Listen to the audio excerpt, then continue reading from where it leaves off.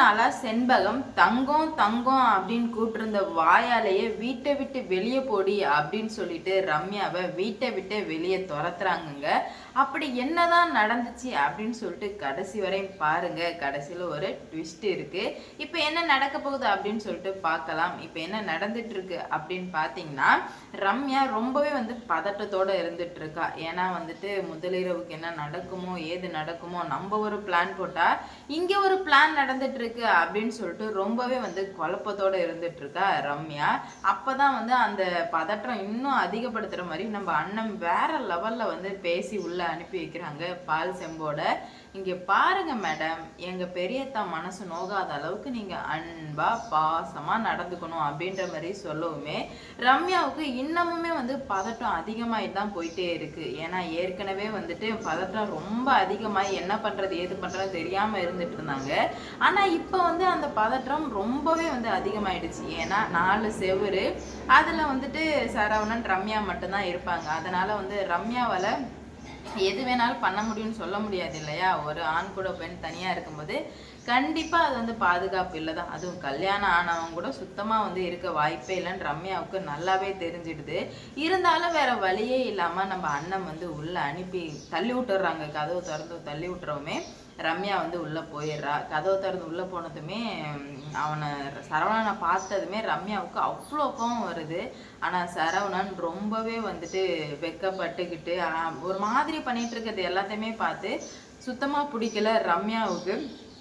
போய் பாலை ஒரு இடத்துல வச்சுட்டு போய் நான் போய் படுக்கிறேன் அப்படின்னு சொல்லிட்டு படுக்கிறாங்க.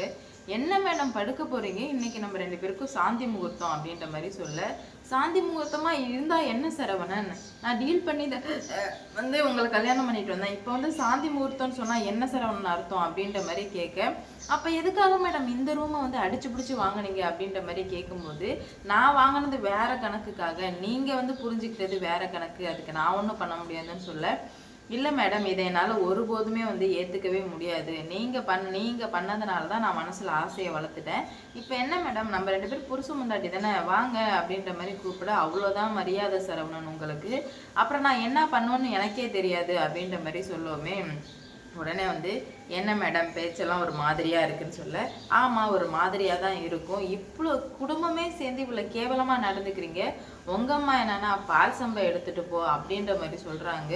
நீ என்னன்னா வா குடும்பம் நடத்தலான்னு கூப்பிடல, நான் என்ன சொல்லி உங்களை கல்யாணம் பண்ணேன், இல்லாடி ஜஸ்ட் உங்களை இவங்களை பழி வாங்கறதுக்காக மட்டும்தான் இங்கே வர்றேன்னு கல்யாணம் பண்ண தவிர மித்தபடி உங்க கூட வாழ்றதுக்கோ இல்லை என் வம்சத்தை பெருசாக்குறதுக்கோ நான் கல்யாணம் பண்ணவே இல்லை அப்படின்ற மாதிரி சொல்ல, அப்போ நான் கடைசி வரைக்குமே இப்படியே தான் இருக்கணுமா, உங்களை கல்யாணம் பண்ண பாவத்துக்கு நான் இப்படியே தான் இருக்கணுமா அப்படின்ற மாதிரி சொல்ல, உன் முகரக்கட்டைக்கெல்லாம் வேற என்னடா பண்ண முடியும், இப்படி தாண்டா இருந்தாகணும், வேற வழியே கிடையாது அப்படின்ற மாதிரி ரம்யா வார்த்தையை விடவுமே சரவணனுக்கு கோவம் வந்துடுது.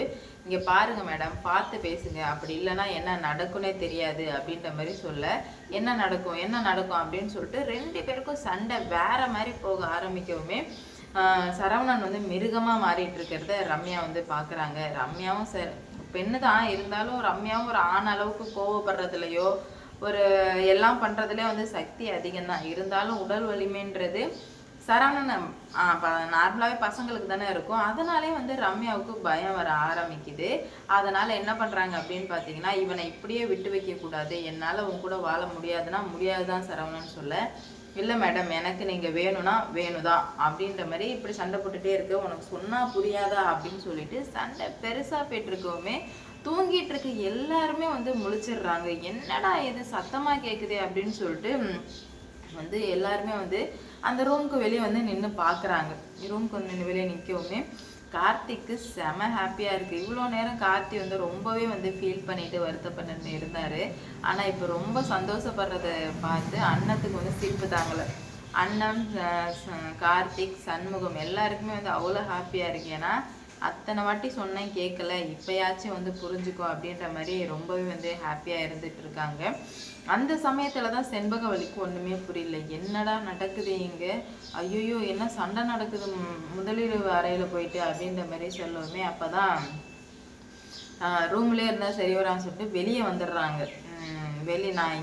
நான் இங்க இருக்க விரும்பலன்னு சொல்லிட்டு கதை உடைச்சிட்டு வெளியே வர்றாங்க. வெளியே வந்ததுமே எல்லாரும் நின்றுட்டு இருக்கிறத பார்த்துமே ரம்யா அடங்கலையே, சண்டை போட்டுக்கிட்டு ஒரு கட்டத்துக்கு மேலே சரவணனோட கழுத்தை பிடிச்சி நெரிக்க ஆரம்பிக்கிறா.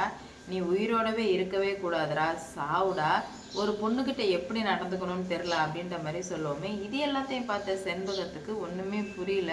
தங்கம் தங்கம் என்னாச்சு தங்கம் அப்படின்ற மாதிரி கேட்க, சி வாயமோடு தங்கம்மா வாயை உடச்சிருவோம் அப்படின்ற மாதிரி கேட்கவுமே இப்போ தாங்க ரம்யாவோட உண்மையான கேரக்டர் இவங்க 2 பேருக்குமே தெரிய வருது. இவ்வளோ நேரம் இவ்வளோ நாளாக வந்து தெரியவே இல்லை. படித்து அண்ணமும் கார்த்திக்கும் சண்முகமும் வந்து சொன்னாங்க. ஆனால் ஒருபோதுமே வந்து அவங்க புரிஞ்சிக்கவே இல்லை. ஆனால் இப்போ வந்துட்டு நேராக அதுவும் தான் பிள்ளைய கழுத்தை பிடிச்சி நெரிக்கிறத பார்த்ததுமே சண்முகத்துக்கு செண்பகவல்லிக்கு என்ன பண்ணுறது போகிறதுனே தெரியல. உடனே வந்து புருஷங்கிட்ட போய் யோ காப்பாத்தியா காப்பாத்தியா அப்படின்ற மாதிரி சொல்லுவோமே. காப்பாத்தா? நான் எதுக்கு காப்பாற்றணும்? நீ தானே வந்து கல்யாணம் பண்ணி வச்ச, படித்து சொன்னேன்னா இந்த பொண்ணை பற்றி கேட்டியா?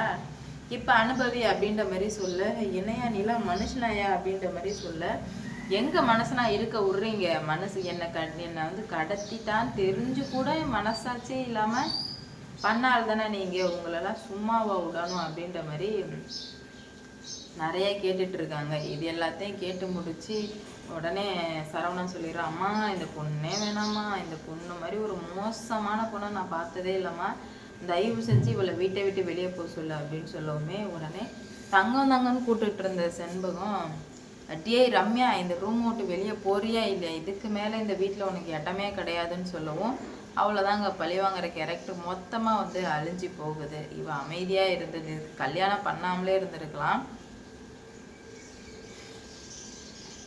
கல்யாணம் பண்ணி மொத்தமும் வந்து வேஸ்ட்டாக போயிடுச்சு. என்ன பண்ணுறது போகிறதுனே தெரியாமல் வந்து திணறி போய் நின்றுட்டுருக்காங்க. பார்ப்போம் என்னதான் நடக்க போகுது அப்படின்னு சொல்லிட்டு. இவ்வளோ நாளாக இருந்த பிரச்சனையும் இப்போ இருக்கிற பிரச்சனையும் நிறையவே வந்து வேறங்க. ஒன்றும் புரியாமல் தான் வந்து தவிச்சு போய் நின்றுட்டுருக்காங்க.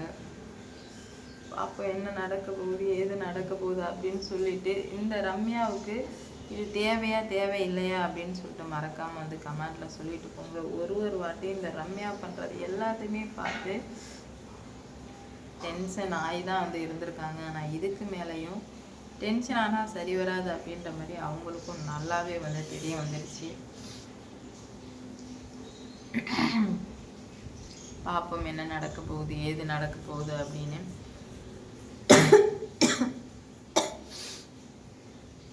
இந்த வீடியோ பிடிச்சிருந்தா லைக் பண்ணுங்கள், ஷேர் பண்ணுங்கள், மறக்காமல் சப்ஸ்கிரைப் பண்ணிக்கோங்க. அப்போ தான் நான் போடுற வீடியோ நோட்டிஃபிகேஷனாக வரும்.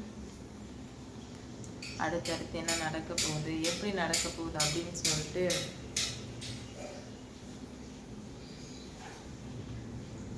வெயிட் பண்ணி பார்க்கலாம்.